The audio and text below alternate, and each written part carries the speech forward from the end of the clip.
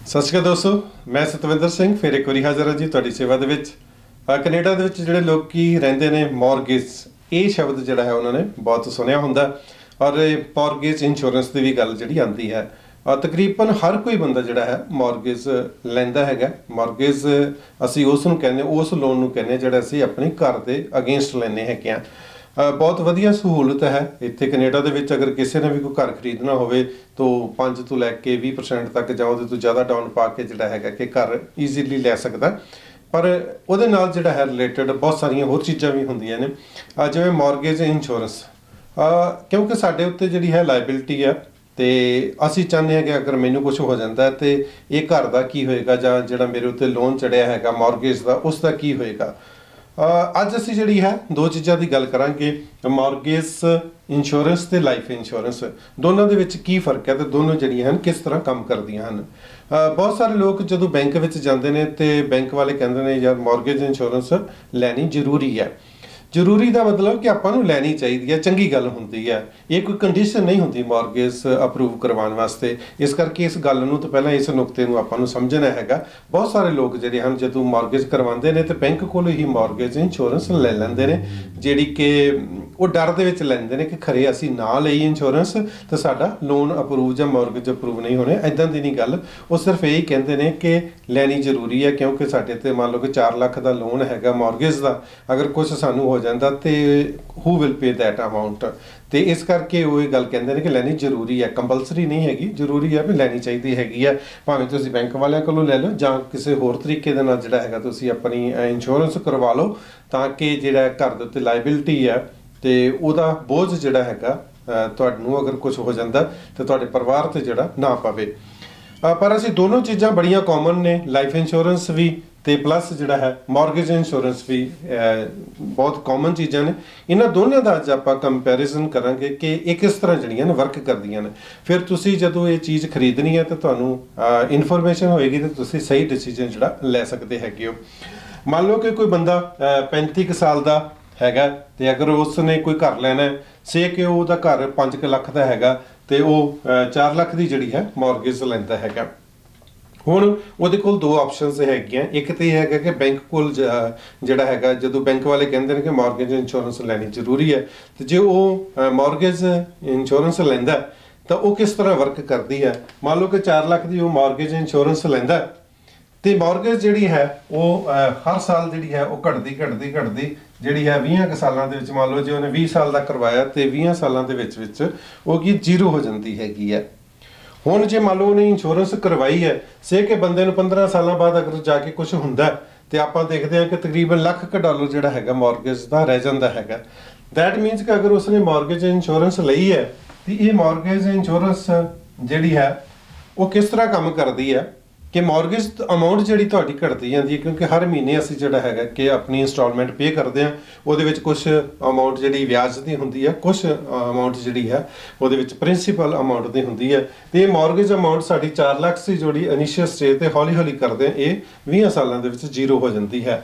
ਹੁਣ ਜ਼ਰੂਰੀ ਨਹੀਂ ਹੈ ਕਿ ਬੰਦੇ ਨੂੰ ਕੱਲ ਨੂੰ ਕੁਝ ਹੋ ਜਾਣਾ 10-15 ਸਾਲਾਂ ਬਾਅਦ। ਮੰਨ ਲਓ ਕਿ ਅਸੀਂ ਲਾਉਂਦੇ ਹਾਂ ਕਿ ਉਹਨੂੰ 12 ਕੁ ਸਾਲਾਂ ਬਾਅਦ ਅੱਗੇ ਬੰਦੇ ਨੂੰ ਜਾ ਕੇ ਬੰਦੇ ਦੀ ਡੈਥ ਹੋ ਜਾਂਦੀ ਹੈ, ਜਿਹਦੇ ਉੱਤੇ ਲੋਨ ਸੀ, ਅਗਰ ਉਸ ਦੀ ਡੈਥ ਹੋ ਜਾਂਦੀ ਹੈ ਤੇ ਉਸ ਟਾਈਮ ਜੇ ਆਪਾਂ ਅੰਦਾਜ਼ੇ ਨਾਲ ਦੇਖੀਏ ਕਿ $2,00,000 ਜਿਹੜਾ ਹੈ ਉਹ ਮੌਰਗੇਜ ਅਮਾਊਂਟ ਬਚਦੀ ਹੈ।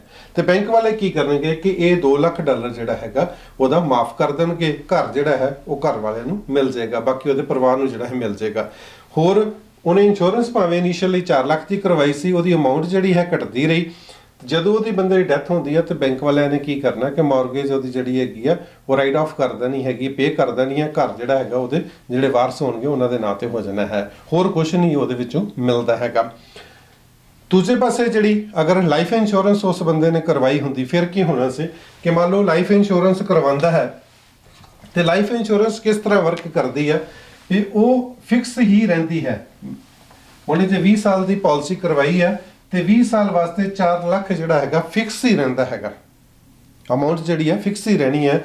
ਅਗਰ ਬੰਦੇ ਨੂੰ ਇੱਥੇ ਜਾ ਕੇ ਮੰਨ ਲਓ ਆਪਾਂ ਸੇਮ ਐਗਜ਼ਾਮਪਲ ਲੈ ਲਿਆ ਕਿ 12ਵੇਂ ਸਾਲ ਜਾ ਕੇ ਅਗਰ ਬੰਦੇ ਨੂੰ ਕੁਝ ਹੋ ਜਾਂਦਾ, ਉਹਦੀ ਡੈਥ ਹੋ ਜਾਂਦੀ ਹੈਗੀ ਹੈ, ਤਾਂ ਫਿਰ ਕੀ ਕਰਨਾ, ਇੰਸ਼ੋਰੈਂਸ ਕੰਪਨੀ ਨੇ ਉਸ ਦੇ ਬੈਨੀਫੀਸ਼ੀਅਰੀਜ਼ ਜਿਹੜੇ ਹੈਗੇ ਨੇ, ਜਿਹੜੇ ਉਹਦੇ ਵਾਰਸ ਹੈਗੇ ਨੇ, ਨੋਮੀਨੀ ਹੈਗੇ ਨੇ, ਉਹਨਾਂ ਨੇ ਕੀ ਕਰਨਾ, 4 ਲੱਖ ਡਾਲਰ ਜਿਹੜਾ ਪੇ ਕਰ ਦੇਣਾ ਹੈਗਾ।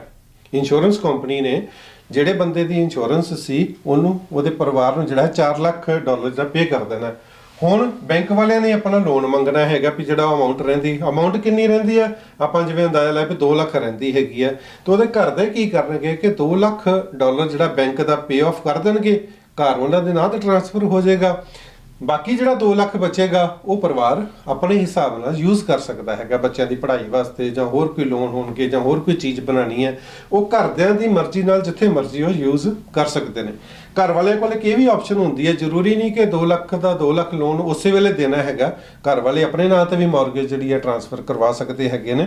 ਤੋ ਇਹਦੇ ਕਈ ਆਪਸ਼ਨਸ ਹੋਣਗੇ, ਤਾਂ ਡੈਟ ਮੀਨਸ ਕਿ ਇਹ ਬੈਟਰ ਆਪਸ਼ਨ ਰਹੇਗੀ। ਤੁਸੀਂ ਵੀ ਸੋਚ ਸਕਦੇ ਹੈਗੇ ਹੋ ਕਿ ਇੱਥੇ ਮੇਰਾ ਲੋਨ ਘਟਦਾ ਜਾ ਰਿਹਾ ਤੇ ਮੇਰਾ ਜਿਹੜਾ ਹੈ ਜਦੋਂ ਬੰਦੇ ਦੀ ਡੈਥ ਹੋਣੀ ਹੈ ਤਾਂ ਉਹਨੂੰ ਉਹੀ ਹੀ ਅਮਾਉਂਟ ਪੇ ਆਫ ਹੋਣੀ ਹੈ ਜੋ ਬੈਲੈਂਸ ਹੈਗੀ ਆ। ਪਰ ਅਗਰ ਉਸੇ ਹੀ ਆਪਸ਼ਨ ਅਗਰ ਆਪਾਂ ਦੂਸਰੀ ਆਪਸ਼ਨ ਲੈਣੇ ਹੈਗੇ ਲਾਈਫ ਇੰਸ਼ੋਰੈਂਸ ਵਾਲੀ, ਤਾਂ ਉਹਦੇ ਵਿੱਚ ਕੀ ਹੈ, ਫਿਕਸ ਹੋ ਗਿਆ 4 ਲੱਖ ਮਿਲਣਾ ਹੀ ਮਿਲਣਾ ਹੈਗਾ। ਅਗਰ ਉਸ 20 ਸਾਲ ਦੀ ਆਪਾਂ ਉਦਾਹਰਨ ਲੈ ਰਹੇ ਹਾਂ, ਇੱਥੇ ਵੀ 20 ਸਾਲ ਦੀ ਰਹਿ ਰਹੇ, ਤਾਂ ਲਾਈਫ ਇੰਸ਼ੋਰੈਂਸ ਵੀ ਆਪਾਂ ਸਮਝਦੇ ਹਾਂ ਕਿ 20 ਸਾਲ ਦੀ ਬੰਦੇ ਕਰਵਾ ਰਿਹਾ ਹੈਗਾ, ਤੇ ਉਸ ਨੂੰ ਕੀ ਹੋਣਾ ਕਿ 4 ਲੱਖ ਫੈਮਿਲੀ ਨੂੰ ਮਿਲ ਜਾਣਾ, 2 ਲੱਖ ਉਹਦਾ ਜਿਹੜਾ ਬੈਲੈਂਸ ਅਮਾਉਂਟ ਹੋਏਗਾ, ਜਾਂ ਅਗਰ ਅੱਗੇ ਜਾ ਕੇ 1 ਲੱਖ ਹੀ ਬਚਦਾ ਹੈਗਾ ਤਾਂ ਵੀ 1 ਲੱਖ ਦੇਣਾ ਹੈਗਾ, 3 ਲੱਖ ਘਰ ਦੇ ਜਿਹੜੇ ਆਪਣੀ ਮਰਜ਼ੀ ਨਾਲ ਜਿਹੜੀ ਯੂਜ਼ ਕਰ ਸਕਦੇ ਨੇ। ਤੇ ਤੁਸੀਂ ਇਹ ਦੇਖਿਆ ਕਿ ਬੈਟਰ ਆਪਸ਼ਨ ਜਿਹੜੀ ਹੈਗੀ ਹੈ ਹਮੇਸ਼ਾ ਲਾਈਫ ਇੰਸ਼ੋਰੈਂਸ ਰਹਿੰਦੀ ਹੈਗੀ ਆ। ਦੂਜਾ ਸਵਾਲ ਸਾਡੇ ਮਨ 'ਚ ਇਹ ਆ ਸਕਦਾ ਹੈਗਾ ਕਿ ਇਹਦਾ ਜੇ ਫਿਕਸ ਹੀ ਰਹਿੰਦਾ 4 ਲੱਖ ਤੇ ਇਹਦਾ ਘਟਦਾ ਜਾਂਦਾ ਤੇ ਜਿਹੜਾ ਇਹਦਾ ਖਰਚਾ ਹੈਗਾ ਜਿਹਨੂੰ ਆਪਾਂ ਪ੍ਰੀਮੀਅਮ ਕਹਿ ਦਿੰਦੇ ਹੈਗੇ, ਤਾਂ ਪ੍ਰੀਮੀਅਮ ਕਿਸ ਤਰ੍ਹਾਂ ਜਿਹੜਾ ਵਰਕ ਕਰਦਾ ਹੈਗਾ। ਤੁਸੀਂ ਹੈਰਾਨ ਹੋਵੋਗੇ ਜਦੋਂ ਮੈਂ ਅਗਲੇ ਗ੍ਰਾਫ ਦੇ ਵਿੱਚ ਤੁਹਾਨੂੰ ਦਿਖਾਣਾ ਹੈਗਾ ਕਿ ਕਿਸ ਤਰ੍ਹਾਂ ਜਿਹੜਾ ਹੈਗਾ ਪ੍ਰੀਮੀਅਮ ਇੱਥੇ ਘੱਟ ਲੱਗਦਾ, ਇੱਥੇ ਜਿਹੜਾ ਹੈਗਾ ਤੁਹਾਡਾ ਪ੍ਰੀਮੀਅਮ ਜ਼ਿਆਦਾ ਲੱਗਦਾ ਹੈਗਾ। ਉਹ ਕਿਸ ਤਰ੍ਹਾਂ, ਆਪਾਂ ਅਗਲੇ ਗ੍ਰਾਫ ਦੇ ਵਿੱਚ ਜਿਹੜੀ ਇਹਦੀ ਗੱਲ ਕਰਦੇ ਹੈਗੇ। ਤੇ ਦੋਸਤੋ ਹੁਣ ਆਪਾਂ ਗੱਲ ਕਰਾਂਗੇ ਕਿ ਇਹ ਕਾਸਟ ਕਿੰਨੀ ਪੈਂਦੀ ਹੈਗੀ ਆ। ਆਮ ਤੌਰ ਤੇ ਸਾਨੂੰ ਇਹ ਲੱਗਦਾ ਵੇਖਣ ਨੂੰ ਕਿ ਜੇ ਲਾਈਫ ਇੰਸ਼ੋਰੈਂਸ ਲਗਾਤਾਰ 20 ਸਾਲ ਦੀ ਫਿਕਸ ਰਹਿਣੀ ਹੈਗੀ ਹੈ, ਦੂਜੇ ਪਾਸੇ ਮੌਰਗੇਜ ਇੰਸ਼ੋਰੈਂਸ ਦੇ ਵਿੱਚ ਆਪਾਂ ਵੇਖਦੇ ਕਿ ਮੌਰਗੇਜ ਅਮਾਉਂਟ ਜਿਹੜੀ ਹੈ ਘਟਦੀ ਜਾ ਰਹੀ ਹੈਗੀ ਹੈ, ਕਵਰੇਜ ਸਾਡੀ ਜਿਹੜੀ ਪ੍ਰੋਟੈਕਸ਼ਨ ਹੈ ਉਹ ਘਟਦੀ ਜਾ ਰਹੀ ਹੈਗੀ ਹੈ, ਤੇ ਜਿਹੜੀ ਕਾਸਟ ਹੈ ਉਹ ਵੀ ਘਟਦੀ ਹੋਵੇਗੀ। ਪਰ ਇਸ ਤੋਂ ਉਲਟ ਹੁੰਦਾ ਹੈਗਾ। ਮੰਨ ਲਓ ਜੇ ਤੁਸੀਂ ਕਿਸੇ ਬੈਂਕ ਦੇ ਵਿੱਚ ਜਾਂਦੇ ਹੈਗੇ ਹੋ, ਔਨ ਐਂਡ ਐਵਰੇਜ ਦੀ ਮੈਂ ਗੱਲ ਕਰ ਰਿਹਾ ਹੈਗਾ ਕਿ ਜੇ 35 ਸਾਲ ਦਾ ਬੰਦਾ ਕੋਈ 4 ਲੱਖ ਡਾਲਰ ਦਾ ਉਹਦੀ ਮੌਰਗੇਜ ਹੈਗੀ ਆ, ਤੇ ਜਦੋਂ ਮੰਥਲੀ ਜਿਹੜੀ ਹੈ ਇੰਸਟਾਲਮੈਂਟ ਇੰਸ਼ੋਰੈਂਸ ਪ੍ਰੋਟੈਕਸ਼ਨ ਦੀ ਜਿਹੜੀ ਮੌਰਗੇਜ ਪ੍ਰੋਟੈਕਸ਼ਨ ਦੀ, ਉਹ ਤਕਰੀਬਨ 50 ਡਾਲਰ ਜਿਹੜੀ ਹੈ ਪਏਗੀ ਉਹਨੂੰ। ਜੋ 50 ਡਾਲਰ ਪੈਂਦੀ ਹੈਗੀ ਆ, ਉਹ ਹੁਣ ਆਪਾਂ ਇਹ ਵੀ ਦੇਖਣਾ ਕਿ ਜਿਹੜੀ ਮੌਰਗੇਜ ਹੈ ਉਹ 5 ਸਾਲ ਵਾਸਤੇ ਜਿਹੜੀ ਹੈ ਬੈਂਕ ਵਾਲੇ ਸੈਂਕਸ਼ਨ ਕਰਦੇ ਨੇ। 5 ਸਾਲਾਂ ਤੋਂ ਬਾਅਦ ਚ ਫਿਰ ਉਹ ਨਵੇਂ ਬੈਂਕ ਕੋਲ ਜਾਂ ਉਸੇ ਬੈਂਕ ਕੋਲ ਜਿਹੜਾ ਹੈਗਾ ਉਹ ਮੌਰਗੇਜ ਰੀਨਿਊ ਕਰਨ ਵਾਸਤੇ ਜਾਂਦੇ ਹੈਗੇ ਨੇ। ਜਦੋਂ ਬੰਦਾ ਅੱਜ 35 ਸਾਲ ਦਾ ਹੈਗਾ, 5 ਸਾਲਾਂ ਬਾਅਦ ਉਸਨੇ 40 ਦਾ ਹੋ ਜਾਣਾ, ਤੇ ਇਹ ਜਿਹੜਾ ਰੇਟ ਉਹਨੂੰ ਮਿਲਿਆ ਹੈਗਾ 50 ਡਾਲਰ ਪਰ ਮੰਥ ਦਾ ਜਿਹੜਾ ਇੰਸ਼ੋਰੈਂਸ ਪ੍ਰੋਟੈਕਸ਼ਨ ਦਾ ਰੇਟ ਮਿਲਿਆ ਸੀ ਉਸ ਨੂੰ, ਉਹ that was for 5 years only, 5 ਸਾਲ ਵਾਸਤੇ ਸੀ। ਜਦੋਂ ਹੁਣ ਉਹ ਫਿਰ ਗਿਆ, ਹੁਣ ਉਹਦੀ ਉਮਰ 40 ਸਾਲ ਹੋ ਗਈ, ਤੇ ਉਹਦੀ ਜਿਹੜਾ ਪ੍ਰੀਮੀਅਮ ਹੈ ਥੋੜਾ ਜਿਹਾ ਵੱਧ ਜਾਏਗਾ, ਉਹ ਵੀ 5 ਸਾਲ ਵਾਸਤੇ ਜਿਹੜਾ ਹੈ ਵਧੇਗਾ। ਉਸ ਤੋਂ ਬਾਅਦ ਫਿਰ ਉਹ 10 ਸਾਲ ਹੋ ਗਏ ਔਰ ਉਹਦੀ ਜਿਹੜੀ ਹੈ 5 ਸਾਲ ਬਾਅਦ ਫਿਰ ਮੌਰਗੇਜ ਰੀਨਿਊ ਹੋਏਗੀ। ਜਦੋਂ ਰੀਨਿਊ ਹੋਏਗੀ ਫਿਰ ਉਹਦੀ ਇੰਸ਼ੋਰੈਂਸ ਵੀ ਜਿਹੜੀ ਰੀਨਿਊ ਹੋਏਗੀ, ਜਿਹੜੀ ਮੌਰਗੇਜ ਇੰਸ਼ੋਰੈਂਸ ਹੈਗੀ ਹੈ। ਉਸ ਦੌਰਾਨ ਕੀ ਹੁੰਦਾ, ਉਹਦੀ ਉਮਰ ਹੁਣ 45 ਸਾਲ ਹੋ ਗਈ। ਜਦੋਂ 45 ਸਾਲ ਉਮਰ ਹੋ ਗਈ ਫਿਰ ਉਹਦਾ ਜਿਹੜਾ ਹੈਗਾ ਪ੍ਰੀਮੀਅਮ ਵੱਧ ਜਾਣਾ ਹੈਗਾ, ਔਰ ਇਦਾਂ ਕਰਦੇ ਪ੍ਰੀਮੀਅਮ ਜਿਹੜਾ ਹੈਗਾ ਉੱਪਰ ਨੂੰ ਜਾਂਦਾ ਹੈਗਾ। ਜਦ ਕਿ ਆਪਾਂ ਵੇਖਿਆ ਸੀ ਜਿਹੜੀ ਮੌਰਗੇਜ ਹੈ ਉਹ ਘਟਦੀ ਜਾ ਰਹੀ ਹੈ, ਪ੍ਰੀਮੀਅਮ ਵੱਧਦਾ ਜਾ ਰਿਹਾ ਹੈਗਾ, ਉਲਟਾ ਹੋ ਰਿਹਾ ਹੈਗਾ। ਉਹਦਾ ਕਾਰਨ ਕੀ ਹੈ ਕਿ ਜਿਹੜਾ ਤੁਹਾਨੂੰ ਪਹਿਲਾ ਰੇਟ ਦਿੱਤਾ ਜਾ ਰਿਹਾ ਹੈਗਾ ਉਹ 5 ਸਾਲ ਵਾਸਤੇ ਜਿਹੜਾ ਦਿੱਤਾ ਜਾ ਰਿਹਾ ਹੈਗਾ। ਔਰ ਦੂਸਰਾ ਇਹਦੇ ਵਿੱਚ ਰਿਸਕ ਕੀ ਹੁੰਦਾ ਹੈਗਾ ਕਿ ਜੇ ਮੰਨ ਲਓ ਵੀ 4 ਸਾਲ ਬਾਅਦ ਅਗਰ ਜਾਂ 5 ਸਾਲ ਬਾਅਦ ਜਦੋਂ ਆਪਾਂ ਰੀਨਿਊ ਕਰਵਾਉਣ ਜਾਂਦੇ ਹਾਂ, ਜੇ ਮੰਨ ਲਓ ਬੰਦੇ ਦਾ weight ਵੱਧ ਗਿਆ, ਬੰਦੇ ਦਾ ਕੋਲੇਸਟ੍ਰੋਲ ਵੱਧ ਗਿਆ, ਬੰਦੇ ਨੂੰ ਕੋਈ ਹੋਰ ਹੈਲਥ ਇਸ਼ੂ ਹੋ ਗਿਆ, ਬੰਦੇ ਦਾ ਕਿਤੇ ਕੋਈ ਐਕਸੀਡੈਂਟ ਵੀ ਹੋ ਸਕਦਾ ਹੈਗਾ, ਤਾਂ ਦੈਨ ਹੋ ਸਕਦਾ ਹੈ ਕਿ ਉਹ ਜਦੋਂ ਨਵਾਂ ਬੈਂਕ ਜਿਹੜਾ ਹੈਗਾ ਉਹਦੀ ਇੰਸ਼ੋਰੈਂਸ ਕਰੇ ਵੀ ਨਾ, ਕਿਉਂਕਿ ਉਹ ਸਮਝਣਗੇ ਕਿ ਇਸ ਬੰਦੇ ਨੂੰ ਹੁਣ ਇਹ ਜਿਹੜੀ ਹੈ ਕੋਈ ਹੈਲਥ ਇਸ਼ੂ ਹੋ ਗਿਆ, ਇਸ ਕਰਕੇ ਇਹਦੀ ਆਪਾਂ ਇੰਸ਼ੋਰੈਂਸ ਨਹੀਂ ਕਰਨੀ।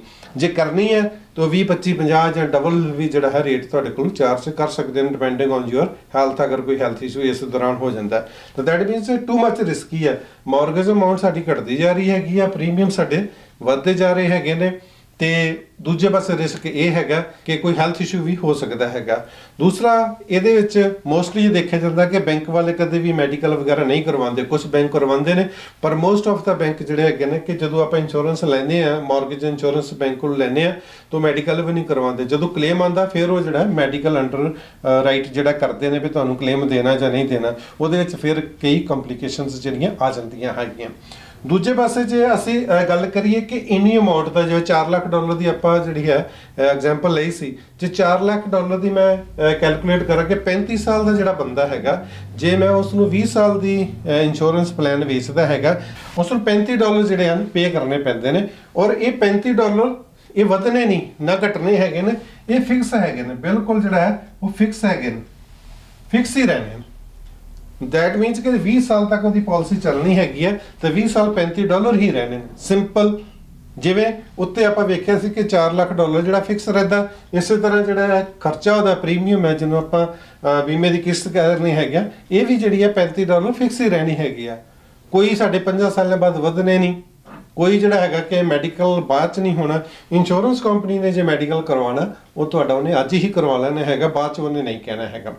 ਸੋ ਇਸ ਕਰਕੇ ਇਹਦਾ ਖਰਚਾ ਵੀ ਘੱਟ ਹੈ। ਹੁਣ ਮੰਨ ਲਓ ਕਿ ਬੰਦੇ ਨੂੰ, ਜਿਵੇਂ ਆਪਾਂ ਪਹਿਲਾਂ ਵੀ ਕਲੀਅਰ ਕੀਤਾ ਸੀ ਕਿ ਜੇ ਬੰਦੇ ਨੂੰ 10-12 ਸਾਲ 5 ਸਾਲਾਂ ਜਾਂ ਕਦੀ ਵੀ ਕੁਝ ਹੁੰਦਾ ਤਾਂ ਸਾਰੇ ਦੇ ਸਾਰੇ ਪੈਸੇ ਜਿਹੜੇ ਹਨ ਉਹ ਘਰ ਵਾਲਿਆਂ ਨੂੰ ਮਿਲਦੇ ਨੇ, ਜਿਨ੍ਹਾਂ ਨੂੰ ਤੁਸੀਂ ਬੈਨੀਫੀਸ਼ੀਅਰੀਜ਼ ਜਿਹੜੇ ਹੈ ਆਪਣੇ ਅਪਾਇੰਟ ਕਰਦੇ ਨੇ। ਤੁਹਾਡੀ ਪਤਨੀ ਨੂੰ, ਤੁਹਾਡੇ ਘਰ ਵਾਲਿਆਂ ਨੂੰ, ਤੁਹਾਡੇ ਪੇਰੈਂਟਸ ਨੂੰ, ਤੁਹਾਡੇ ਬੱਚਿਆਂ ਨੂੰ ਮਿਲਣੇ ਨੇ। ਉਹ ਅੱਗੋਂ ਉਹ ਪੈਸੇ ਨੂੰ ਜਿਸ ਤਰ੍ਹਾਂ ਮਰਜ਼ੀ ਜਿਹੜਾ ਹੈ ਯੂਜ਼ ਕਰ ਸਕਦੇ ਨੇ, ਜਿੰਨੀ ਘਰ ਦੀ ਮਾਰਗੇਜ ਹੈਗੀ ਉਹ ਲਾ ਸਕਦੇ ਨੇ, ਬਾਕੀ ਹੋਰ ਬੱਚਿਆਂ ਦੀ ਪੜ੍ਹਾਈ ਵਾਸਤੇ ਜਾਂ ਕੋਈ ਹੋਰ ਘਰ ਦੇ ਖਰਚੇ ਕਰਨੇ ਤਾਂ ਉਹਦੇ ਵਾਸਤੇ ਵੀ ਜਿਹੜਾ ਯੂਜ਼ ਕਰ ਸਕਦੇ ਨੇ। ਤੋ ਇਸ ਕਰਕੇ ਇਹ ਇਨਫੋਰਮੇਸ਼ਨ ਜਿਹੜੀ ਹੈ ਕਰਨੀ ਤੁਹਾਡੇ ਨਾਲ ਸਾਂਝੀ ਕਰਨੀ ਚਾਹੀ ਸੀ ਕਿ ਤਾਂ ਕਿ ਤੁਹਾਨੂੰ ਕਲੀਅਰ ਹੋਵੇ ਕਿ ਤੁਸੀਂ ਅਗਰ ਮਾਰਗੇਜ ਇੰਸ਼ੋਰੈਂਸ ਲਈ ਹੈ ਤਾਂ ਉਹਦੇ ਵਿੱਚ ਕੀ ਕਵਰੇਜ ਹੈਗੀ ਤਾਂ ਕੀ ਜਿਹੜੀਆਂ ਇੰਪਲੀਕੇਸ਼ਨਸ ਜਿਹੜੀਆਂ ਆ ਸਕਦੀਆਂ ਹਨ ਹੈਗੀਆਂ।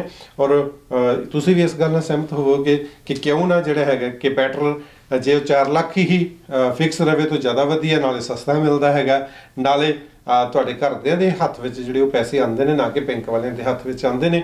ਤੇ ਅਗਰ ਤੁਹਾਡੇ ਮਨ ਵਿੱਚ ਬਹੁਤ ਸਾਰੇ ਹੋਰ ਵੀ ਕੁਐਸਚਨ ਆਉਣਗੇ, ਤੁਸੀਂ ਮੈਨੂੰ ਵੀ ਕਾਲ ਕਰਕੇ 4034374445 403 437 4445 ਤੇ ਜਿਹੜਾ ਸੰਪਰਕ ਕਰਕੇ ਤੁਸੀਂ ਮੇਰੇ ਕੋਲ ਪੁੱਛ ਸਕਦੇ ਹੋ, ਜਾਂ ਇਹੋ ਗੱਲ ਜਿਹੜੀ ਹੈ ਤੁਸੀਂ ਆਪਣੇ ਬੈਂਕ ਦੇ ਨਾਲ ਵੀ ਡਿਸਕਸ ਕਰ ਸਕਦੇ ਹੋ। ਤੁਸੀਂ ਆਪਣੇ ਇੰਸ਼ੋਰੈਂਸ ਬ੍ਰੋਕਰ ਦੇ ਨਾਲ ਵੀ ਜਿਹੜੀ ਹੈ ਗੱਲ ਡਿਸਕਸ ਕਰ ਸਕਦੇ ਹੋ। ਤੇ ਜੋ ਵੀ ਕਰਨਾ ਸੋਚ ਸਮਝ ਕੇ ਕਰੋ, ਚੰਗਾ ਕਰੋ। ਤੁਸੀਂ ਜਿਹੜਾ ਹੈ ਕਮੈਂਟ ਦੇ ਵਿੱਚ ਵੀ ਜਿਹੜਾ ਮੈਂਸ਼ਨ ਕਰਕੇ ਤੁਸੀਂ ਆਪਣਾ ਕੁਐਸਚਨ ਮੈਨੂੰ ਪੁੱਛ ਸਕਦੇ ਹੋ। ਮੈਂ ਕੋਸ਼ਿਸ਼ ਕਰਾਂਗਾ ਕਿ ਤੁਹਾਨੂੰ ਉਸ ਦਾ ਸਹੀ ਜਵਾਬ ਦੇ ਸਕਾਂ। ਆਸ ਹੈ ਕਿ ਇਨਫੋਰਮੇਸ਼ਨ ਦੇ ਵਿੱਚ ਕੁਛ ਨਾ ਕੁਛ ਤੁਹਾਨੂੰ ਸਿੱਖਣ ਨੂੰ ਜ਼ਰੂਰ ਮਿਲਿਆ ਹੈਗਾ। ਫਿਰ ਅਗਲੀ ਵੀਡੀਓ ਦੇ ਵਿੱਚ ਮਿਲਾਂਗੇ, ਤਦ ਤੱਕ ਪਿਆਰ ਭਰੀ ਸਤਿ ਸ਼੍ਰੀ ਅਕਾਲ ਜੀ।